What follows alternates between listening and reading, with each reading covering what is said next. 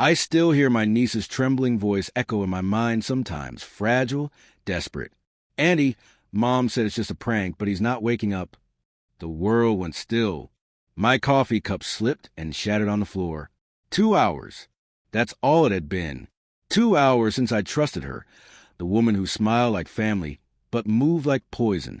I called the police before I even grabbed my keys. Every second on that drive to the park felt like my heart was clawing through broken glass. When I arrived, I saw the flashing lights first. Then her, my sister-in-law, Angela, crying too loud, too dramatic, too fake. She kept repeating it. "It was just a joke, I swear." But the tremor in her hands said otherwise. She already knew she'd gone too far. Angela had ended our lives wrapped in perfume and promises. She was vibrant, magnetic, the kind of woman who called you sister after a single dinner. I wanted to believe her. For a while I did. We shared tea, stories, and something that looked like trust. But behind her laughter lived a sharp cruelty. She called it playfulness. I called it control. She'd tease my son about his quietness, mock his drawings, call him the shy one. When I told her to stop, she just smiled, that perfect practice smile, and said, "Relax. I'm just toughening him up." I should have trusted my instincts then, but I didn't. I wanted to believe in the illusion of family. It started small. Little lies, subtle twists of truth whispered to my in-laws. She'd say I was too strict, that I isolated my son. Then one afternoon, I overheard her on the phone with a friend, laughing. "He cries so easily. Maybe I'll scare him next time, toughen him up a little."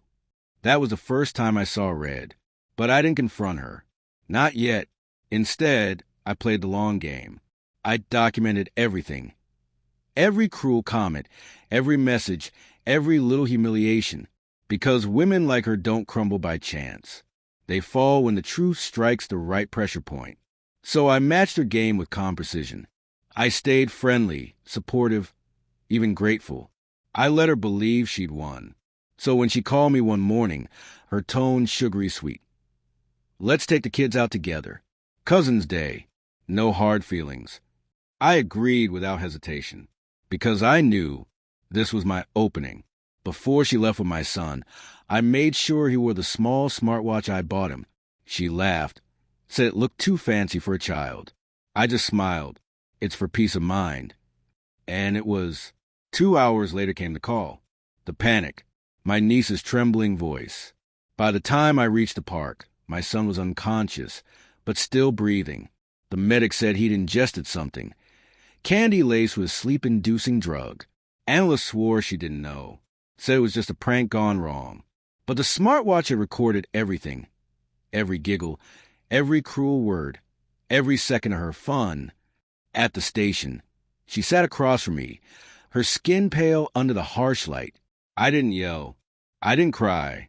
I just placed the recording on the table. Her voice filled the room. "He'll freak out when he wakes up. It's just a prank." Then a pause.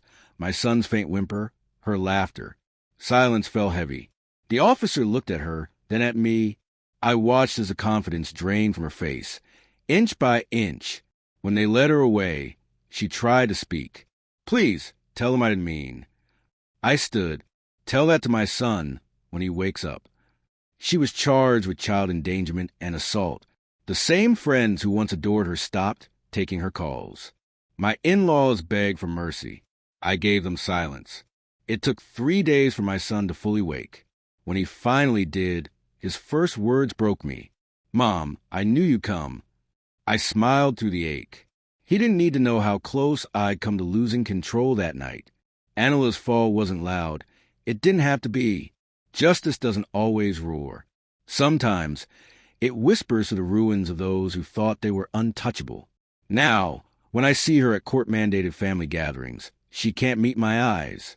Her hands tremble just slightly because she knows I'm the woman she tried to destroy. And I didn't just survive. I ended her game.